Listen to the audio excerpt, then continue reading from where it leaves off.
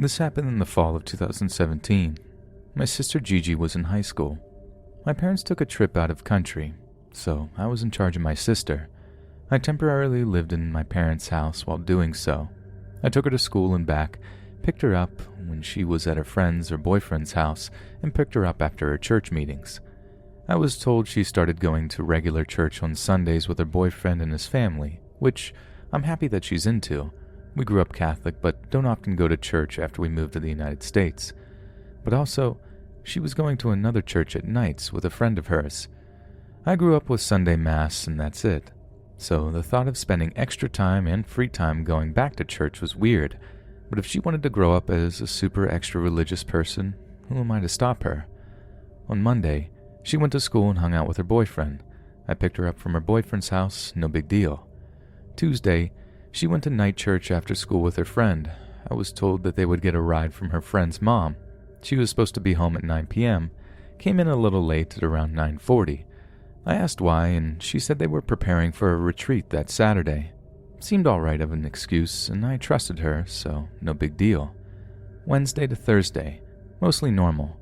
One day she went home after school and we hung out. Another day she was hanging out with friends. One of these days she was hanging out with her boyfriend and some friends, and she asked me if she could go to church. This would be the second time going to the night church in the week. I remember thinking, when I was in high school, hanging out with friends did not cross with spending free time at church.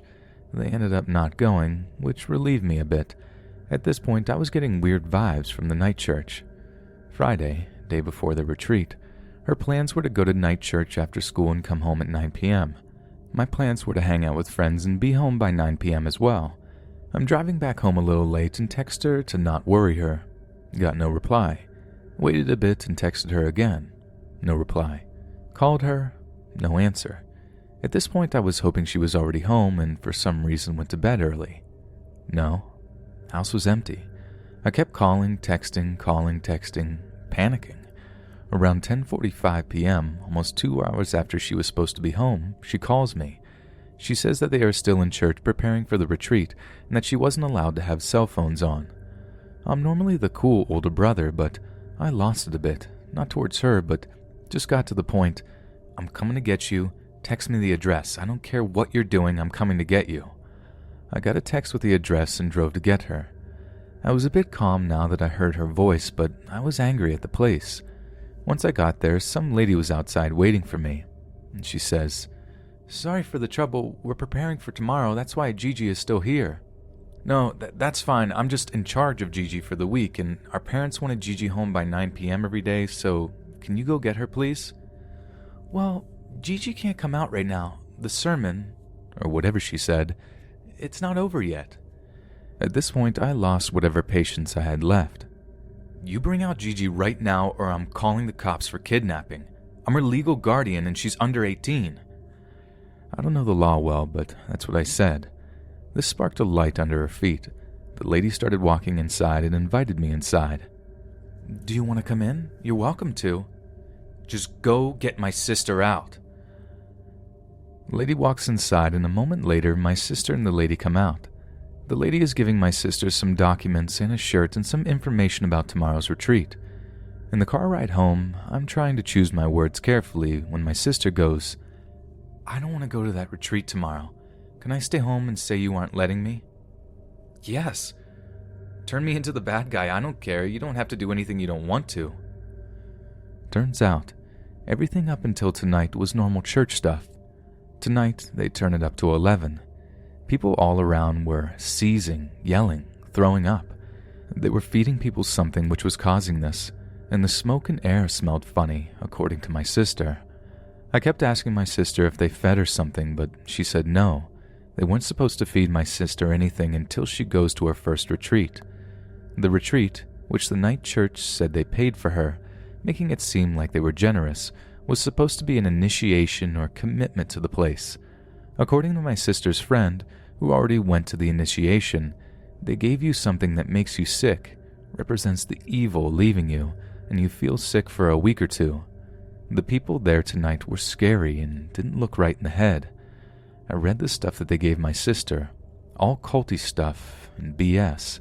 The place looked like a house that was made to look like a small church, too.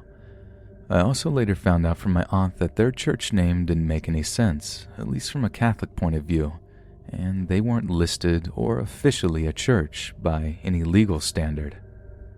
Needless to say, my sister never went back to that church ever again.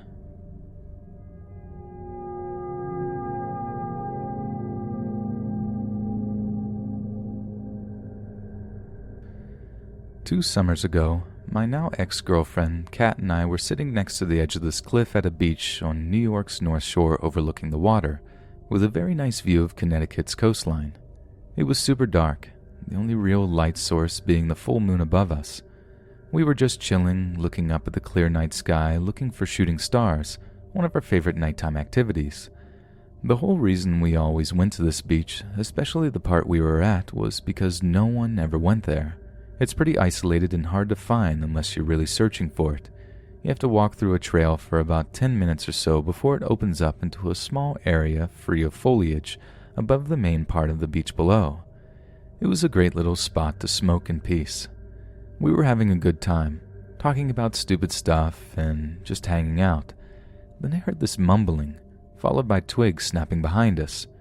I put my index finger up, signaling for Kat, my girlfriend, to be quiet, and I turned around and looked into the dark foliage for about a minute, but there was nothing. It was a little weird because it was around 1 a.m., but I thought maybe it was just some other people exploring the trails. No big deal, right? Then I heard it again, that same mumbling followed by twigs snapping, closer this time. I quickly turned again, and there was a dude standing right at the edge of the tree line, which is about 10 feet away from us. He had long dark hair, no shirt or shoes on, just jeans and a weird tribal-looking necklace. It was so dark and his hair was so long and thick that it shrouded his face, so I couldn't really make out any distinct features. He was kind of whispering, but it was a really quiet night. There was no wind and no waves crashing below us. His voice made the hairs on my arm stand up. It was really monotone but soft, and he was speaking French. I don't speak fluent French, but I understand a good amount due to the fact that I spent 10 years of my life on the southeast border of England, right by the Channel Tunnel, so I learned some in school and also dealt with a lot of French tourists when I worked at a fish and chip shop. I'm fairly certain that he said something that roughly translated to, "Are you afraid of death?" Maybe I didn't hear him right. It's been almost 4 years since I moved back to New York by then, so I responded, asking in French, "What?" Again in French, he asked, "Are you afraid of death?" Nope, I definitely heard him correctly. I stood up, facing him. My eyes adjusted to the darkness behind him a little, where I saw 2 more people on either side of him, a girl in some kind of white dress, cliché I know, and another shirtless guy slightly further back. They were just standing there.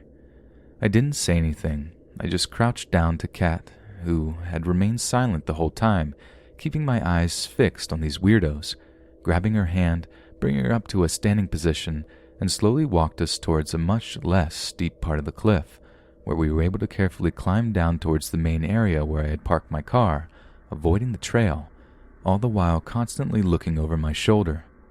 I was visibly shaken by the whole ordeal. I'm not a small dude, I'm 6'4", but my girlfriend was about 4'11", little Latina chick, and I had left my knife at home, so I wasn't taking any chances. Kat kept asking me what the guy was saying, but I didn't want to creep her out too much, so I just told her I didn't know and that they were probably just tourists asking for directions or something. She wasn't buying it, but she eventually dropped it once we got in the car. I later did some research on that area and found out that only 5 years prior, there were reports of illicit and strange activity occurring there on behalf of a self-proclaimed pagan cult, focusing on weird druidic practices originating all the way from France. I'm thankful I didn't take the time to truthfully answer that French-speaking man's question.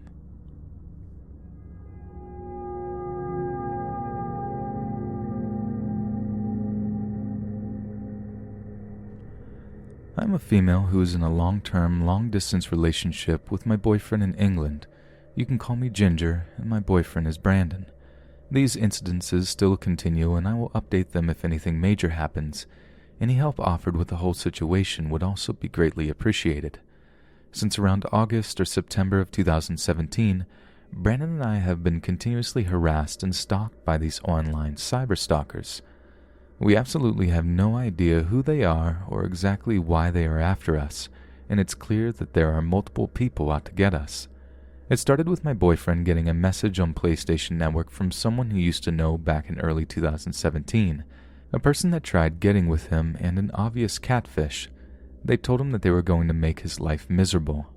We tried brushing it off and thought that they were making empty threats because they couldn't have their way with him. However, this was not the case, and for a long time now, this person has been doing everything they can to separate us and make us suffer. They would use these IP hacking programs to boot Brandon off of his internet and would occasionally do it to me. It would only happen to me when I was playing a specific game, so I avoided it for a while and tried changing up my IP address. Brandon would also get the occasional message from this person saying things like, "Your girlfriend doesn't love you and never will. She just cheated on you." Or, "End your life now, you piece of trash."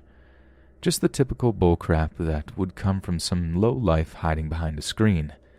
However, as time passed, the harassment only got worse. It even escalated to the point of this person having other people join in with them, saying Brandon's real name, street address, and family names to us. It then got up to me where they told Brandon my street address to him, which I had never told anyone about, not even him. We would also have people come to us on Skype, Kick, or PlayStation Network with screenshots of us supposedly cheating, which still happens occasionally. Only screenshots that were real was when my boyfriend played along to one of them to see if they would admit their plans to him, but they didn't. He told me they had sent a few Photoshop images of scantily clad girls saying it was them, and to show the images to me so I would get jealous. He did indeed show them and pointed out how the waistline of one of them was uneven. The poor edits were quite noticeable. From there, it kept getting worse and worse. They would pretend to be us to an entire community throughout different accounts and try making us look like they were against each other. One of them even got through Brandon's PlayStation account and pretended to be him to me, saying that he had a new girlfriend and hates me or whatever.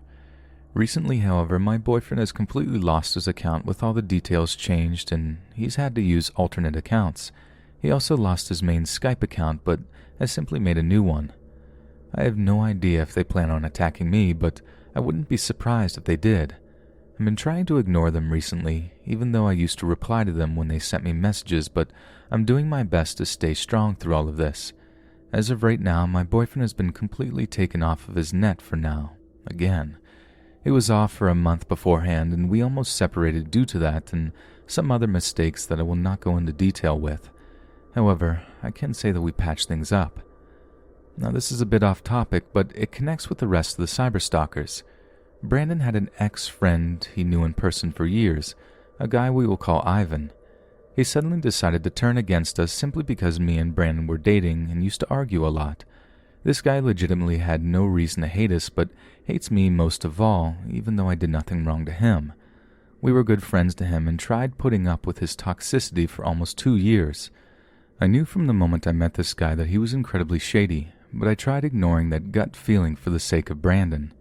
I did let him know that he was completely toxic towards us, so he eventually broke off the friendship. However, while Brandon's net was off for a month, Ivan did let me and him talk when I asked about him, which I found to be quite strange. When Brandon came back and the three of us were playing a game together, I beat Ivan and he suddenly turned against me once more. I had enough of this waste of space and told him to never speak to me again, even blocking him, but not before sending him messages of how he had burned his bridges with me. This guy was straight to Brandon and told him how much he hated me, even saying how horrible of a person he thinks I am. He was basically just calling me everything under the sun. Ivan even threatened to end my life if I ever went to go see my boyfriend in England. He just went on other accounts to try turning me against Brandon by coming up with lies about how he cheated on me, but I just ignored them. However, Ivan then said he was going to go to work with our stalkers and tried to break us apart. This had me thinking that he may have been secretly letting out some information about Brandon to our cyberstalkers since he knew his address and everything, so I wouldn't put it past him if he was one of them.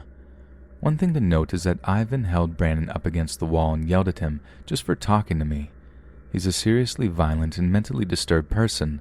It honestly wouldn't surprise me if he got sent to prison for something terrible. It wasn't until my boyfriend's internet allowed for consistent communication between us did my boyfriend finally come clean about what has been happening. And this is where things have gotten incredibly strange, and I don't know where to take it.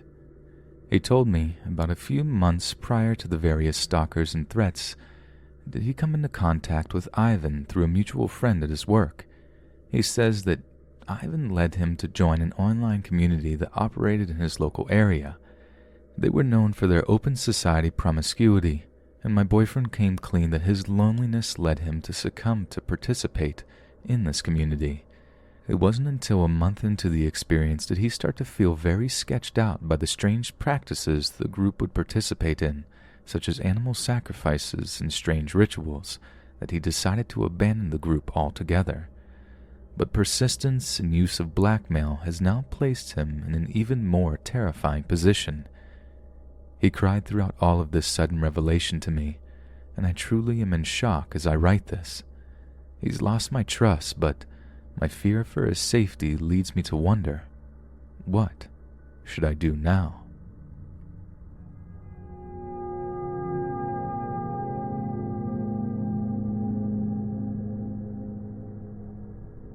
My name is Morgan and I am a 17-year-old male from North Wales, UK. Me and my friends, 5 of us in total, were going to the castle close to our house to do a Ouija board. We all live on the same street, so we met at my house and then walked the 3 miles to the castle. It's now 11 p.m. and it's completely dark. We have to walk in the woods and up some very steep inclines. It would take us an hour to reach the tower where we were planning to do the Ouija board. So onto the story. We were about 15 minutes from the tower. My best friend Cheryl tells us all to stop and listen. Just faintly, in the distance, we can hear talking and we can smell smoke. Cheryl tells us to walk on, but slowly and quietly. After about 15 minutes, we were about 50 feet from the tower, and now we can hear full-blown chanting. We can see a fire coming from the tower, and I can see a white figure facing towards this fire. I tell everyone to stand behind me and be absolutely quiet. We tiptoe towards the tower, and we are now at the entrance, and I peek my head around and see about 10 hooded figures around a fire, and what looks like a dead dog being burned on the fire. After about 1 minute of staring in shock, one of the hooded figures spots me. He alerts the other figures, and before they started to come after me, I calmly walked away to my 4 absolutely terrified friends and quietly said, "Run." So we did. We ran for our lives. I could hear the figures hot on our backsides. I started to cry. They were not saying anything. They were just bolting for us, fully covered in white hooded robes with 2 black holes where the eyes would be. After about what felt like 5 hours of chase, but was only about 5 minutes, we came to the main path leading out of the castle. I looked behind me one more time and saw the last few figures walking back towards the tower. We still had another 45 minutes walking down the path leading through the woods and out of the castle. Presuming we were safe, we sat down, had a cigarette and a beer each, and my fiancé David and Cheryl both went on to tell us that the hooded figures were probably a cult. They explained what a cult was, and the hairs stood up on the back of my neck. I had never been so disgusted and terrified in my life, but we soon changed the subject to lighten the mood and eventually set back off. We finally arrived back at the entrance of the castle. We decided to get a taxi home, and I phoned the police. I told the police about what we all saw, and they said that they would look into it. The next day, we received a follow-up phone call from the police, saying that they went to the tower, found a fire pit with the remains of a dog in the middle of it, but they never found any trace of the group. To this day, we haven't been back to that castle, and we don't plan on doing so.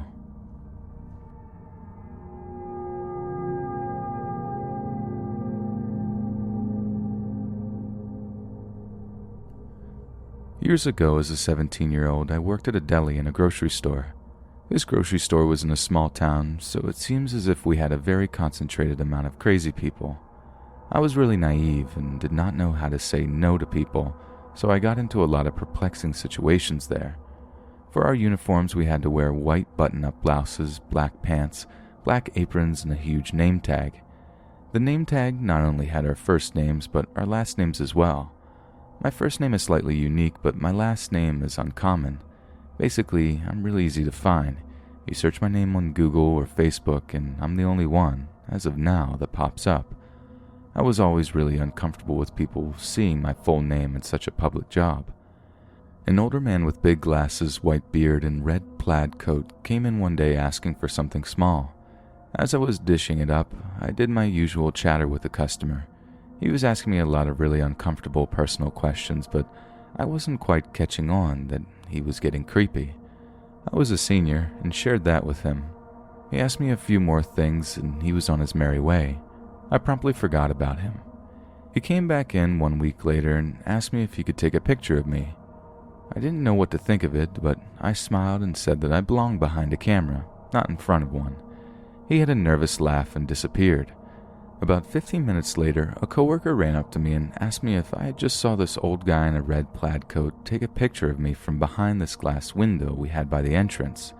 It was really creepy, but I let it go.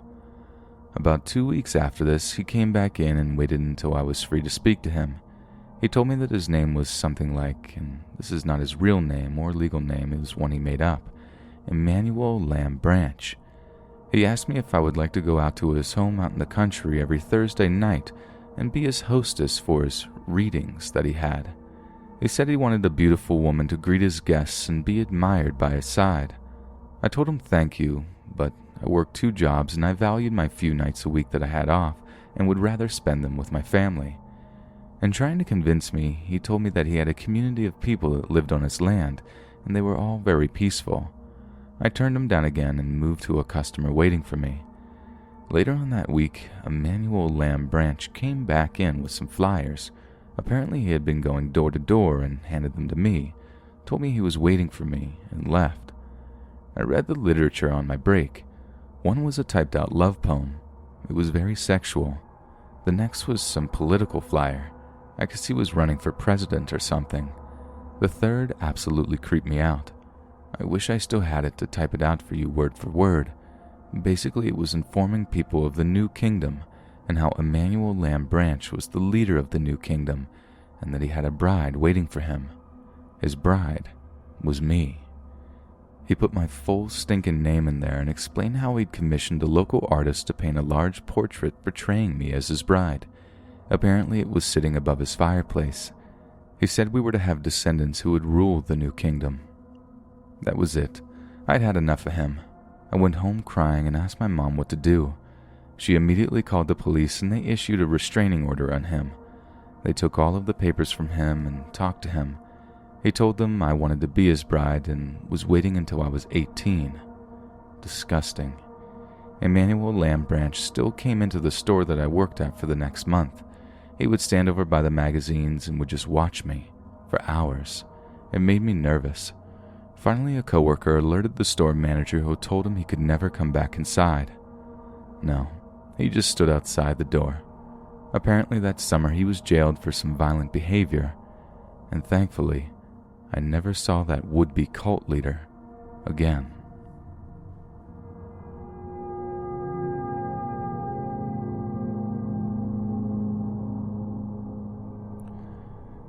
"3 years ago, I thought I joined an amazing church.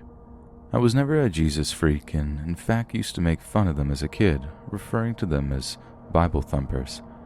During college, that changed. I felt the need to form a relationship with God after the deaths of close family members. It couldn't have been better timing because I ended up at a new school and a new job where I eventually met Joanna. Joanna was an instant friend. We clicked right away. We shared a passion for music, were studying the same major, and could talk for hours about anything. Joanna and I hung out for about 6 months before I started to notice anything out of the ordinary. Basically, I would never see her on the weekends because she told me she devoted them to her church and youth group. I didn't think that was strange, but I was curious and asked her what religion she was. She told me she was non-denominational, then quickly changed the subject. Joanna started showing up to work less and less, and she started missing classes. She was always tired when she did show up or looked completely drained or out of it. Rumors around school and work was that she was doing drugs. I knew that was false because both of us had a disdain for drugs and others who partied hard like that. Joanna had less and less time to spend with friends, so I rarely would see her. After about a month like this, she called me out of the blue to go out to Denny's. We met up and she pulled out her phone. She showed me a YouTube video of a recent volunteer activity she did with her church group. Joanna explained to me that she volunteered a lot with her church and it took up a lot of her time. The video quality was excellent for a church video and it played almost like a short film. The passion she had talking about all the good deeds they do and how much fun it was piqued my interest. I asked her the name of the church. Again, she did not disclose but said non-denominational Christian. She asked me to come with her right now because it was better that I see it myself. I found that strange because it was 10 p.m. at night on a Wednesday. I went into a small office or warehouse-looking building. I found it strange that the church wouldn't have any signs or pictures of Jesus in the space. It looked like a child's daycare or learning center. Immediately, women rushed over and hugged me. It was unreal. I later learned I got love-bombed. Before I knew it, I was sitting in a corner of a room with a woman slightly older and Joanna. She had a dry erase board and started teaching me about the Bible. The Bible study made sense, but soon after she asked me if I was ready to be baptized. It was now around 11:30 p.m. and I felt some sort of obligation. I had no ride home, had no idea where I was, and these happy, shiny people were cooking for me and teaching me the Bible. How could I say no? I was hesitant, but the intensity grew and I could feel the attitude start to change to desperation.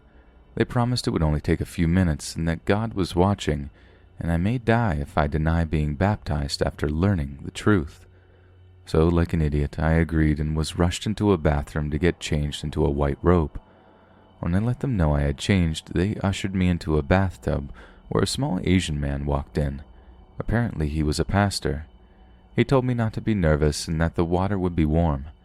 I knelt in the shower with the lights dimmed while the rest of the women came in wearing veils over their head, singing in some strange monotone voices. I heard him baptize me in the name of some Asian god, and that's when I got freaked out. Once I left, I was baffled and nervous. It was such an intense feeling. I was still stuck there as Joanna had driven me away out into another county, so I had no idea how to leave. They made me some more food and later told me that the name I was baptized under would later be explained to me when I returned to study more. Everyone kept telling me how I was part of the family now. I ended up returning and being pretty heavily brainwashed by this group to the point where I felt like they were my family. I did things I'm not proud of. I helped recruit people and spent hours and days and weeks there. I later found out that Joanna was just a recruiter, which I would soon turn out to be. Someone who just forms fake friendships to bring more young women into this group. I escaped, mentally, and deprogrammed and defellowshipped. It was a truly haunting experience that no young female should go through. I still see Joanna from time to time with her vicious wolf pack preaching to women on campus and malls. I usually hide or run the other way, and I hope I never end up back in that cult again.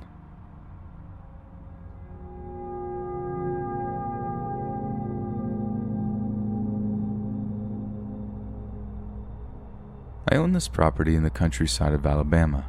It's in the middle of nowhere with 60-plus acres. It has an abandoned house, barn, and greenhouse. The barn and house are close to each other and the greenhouse is far into the woods. Me and my friend were setting up film equipment in the house because we were going to film a video the next day. We had to sleep over for some reason I forget. I didn't want to sleep in the truck, so we slept inside the house. My friend wakes me up and tells me he's getting really weird feelings about all of this, so we go sleep in my truck. I fall asleep when we get in the truck and my friend is still awake.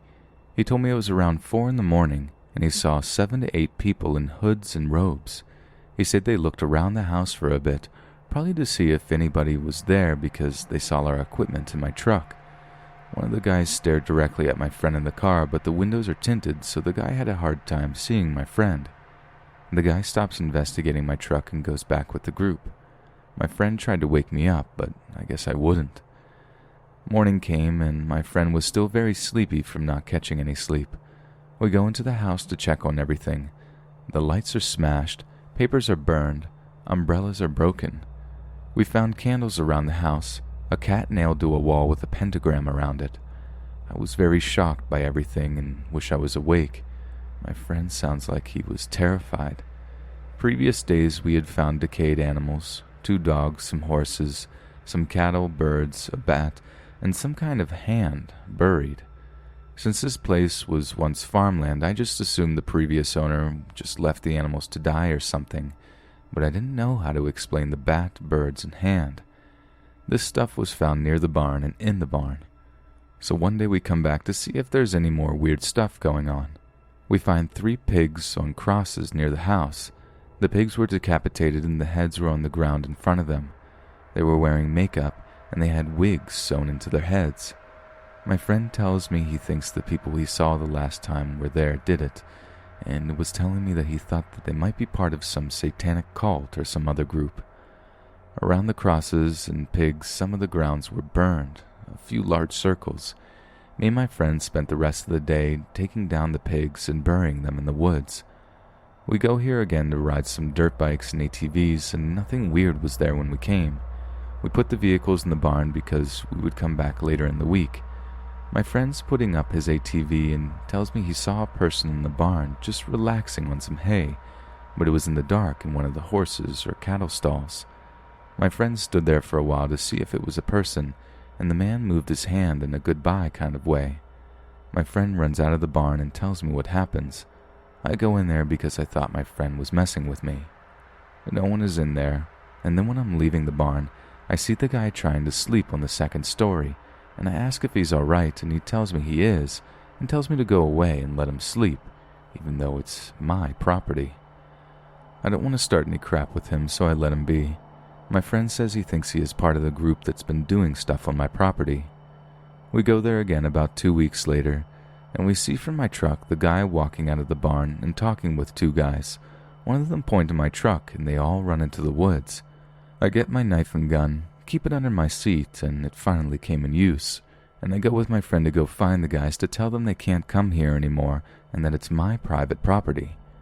I can't find them, but we found that most of them stay inside the greenhouse. We found clothes, books, and dead birds and squirrels, and I'm assuming that's what they ate. There was a pond nearby, so that's probably where they bathed then or didn't bathe at all. We go to the barn to investigate, and we found books on the 2nd story, an altar, and some tall candles. All of this was out of sight from the ground. We also found stuff like ropes, knives, nails, a hammer, and a mallet. We conclude that all of those guys there are in the group and they did all of that weird stuff.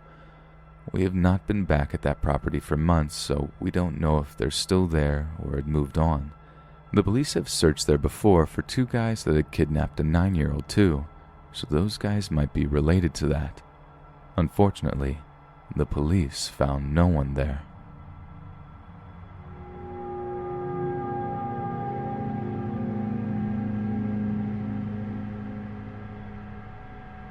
About 2 years ago, my friends and I found out about an abandoned insane asylum located in Downey, California.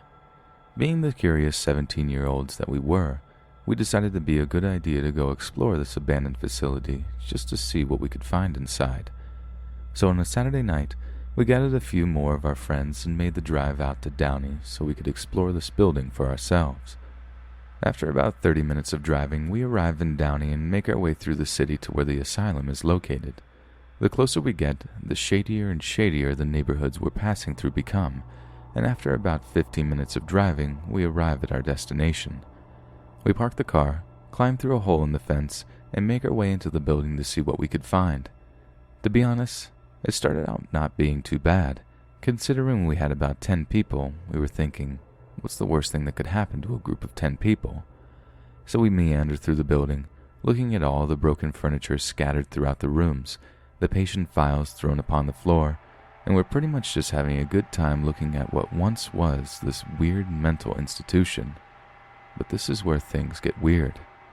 As we're walking, we of course have a flashlight pointed down the hallway because the power that once was in this building was and is clearly out.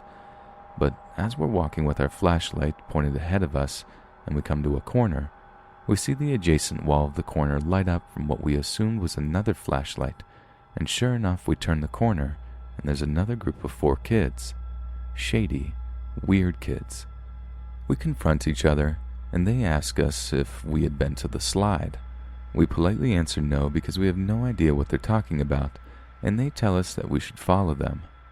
Of course, we decline because we're getting weird vibes from these people, and as they're talking amongst themselves, one of the kids comes up to me with, I kid you not, a solid 6-inch long Bowie knife looking thing. Isn't this cool? Look what I found.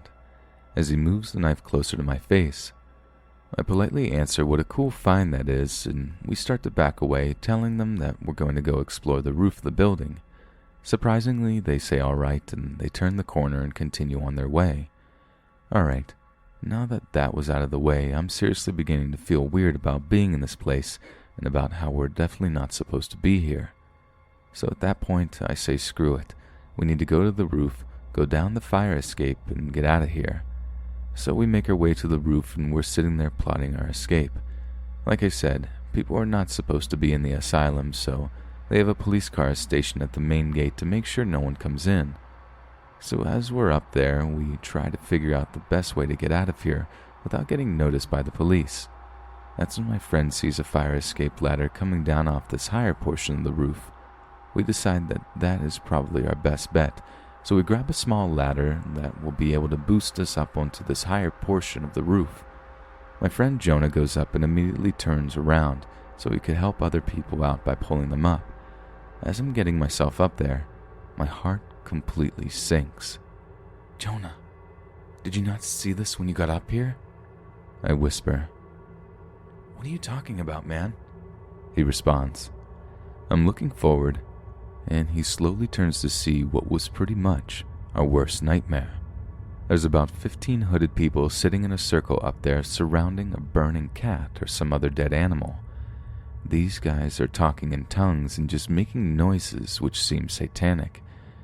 As we're both getting down, we get noticed, and they start talking amongst themselves in this weird language, and as soon as we get down, these guys stand up and start sprinting towards us.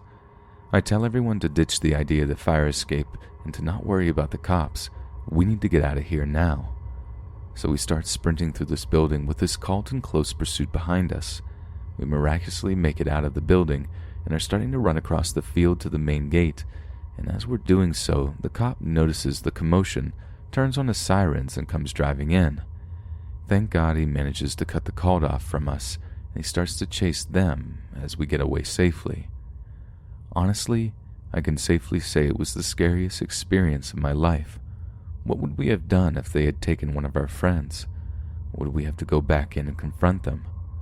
I don't know, and I'm glad that it didn't happen.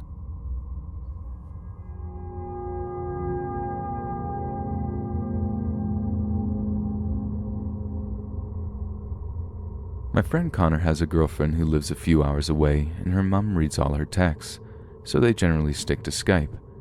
Well, after a while, his girlfriend Ellie wants to introduce him to her Skype friends. This is a group of people who met in various places across the internet, who have those awful chats you can't keep up with. Then she introduces him to Jack. Jack is the epicenter of the group.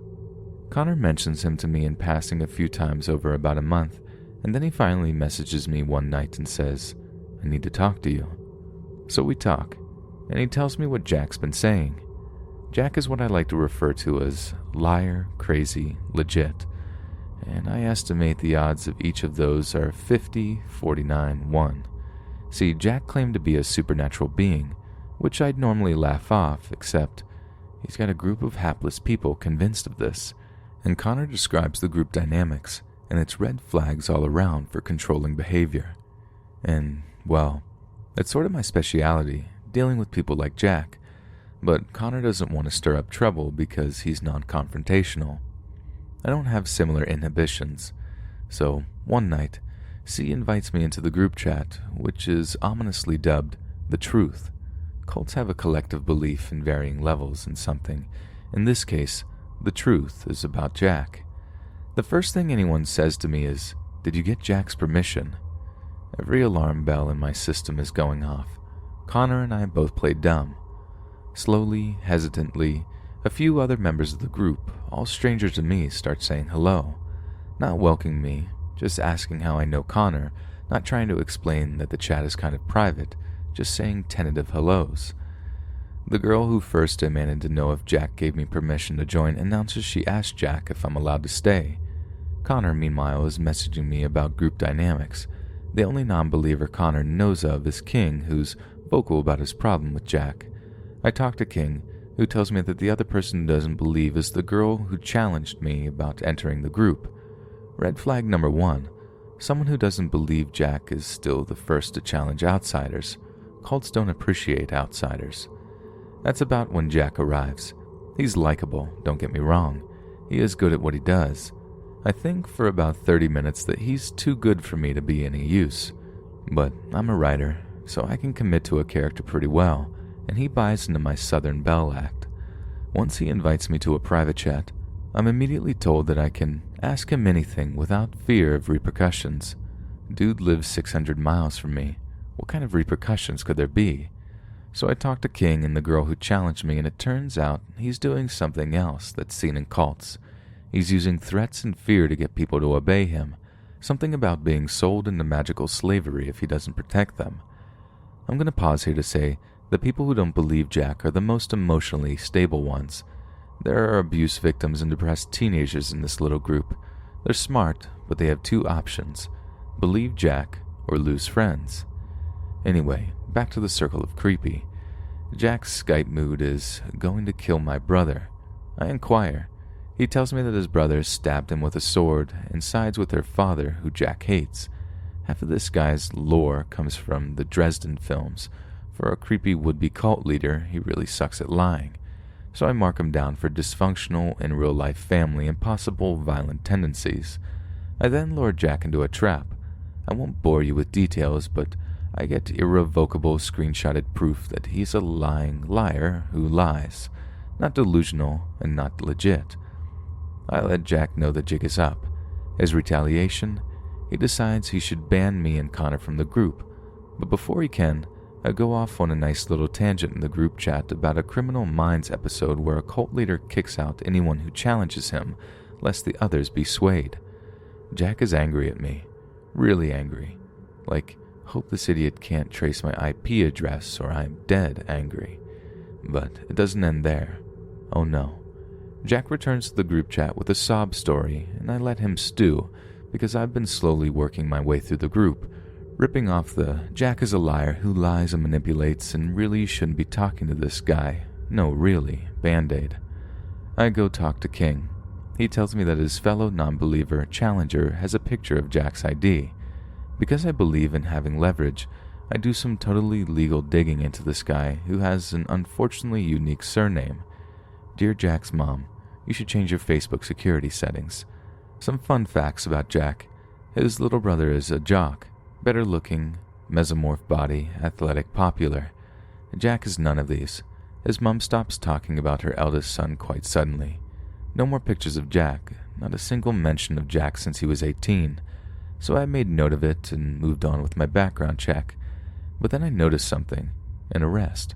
Not unusual, except before the arrest date, he and his brother are equally pictured on their mom's Facebook, and then nothing.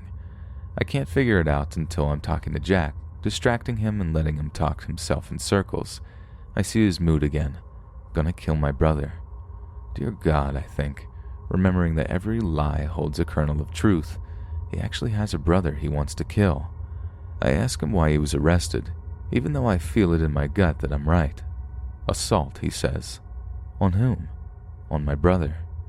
I need confirmation on a few other things before I present the facts to the group, still called the truth, even as more and more members sit behind their computers marveling at the irony. So I keep talking to him to make sure I had the right Jack, that I'm not dealing with a catfish creep. We video chatted. It is him. Mugshot and ID confirm. He keeps asking me questions. Where do I live? North of you. What do I do for a living? Consult. How old am I? 17. What's your full name? I wasn't giving that one out. I, like Jack, have one of those last names that are incredibly rare. He could find it if he Googled me. At any point, Jack could do 5 minutes of Googling and find my full name, first, middle, and last. Anyway, I told the group about Jack lying that day and shut down his manipulative attempts to garner sympathy. Now he says he's dying and his father's a mobster and his brother is his adoptive brother, except there's no one around for this equally ridiculous story. He's trying to convince me, literally, just me.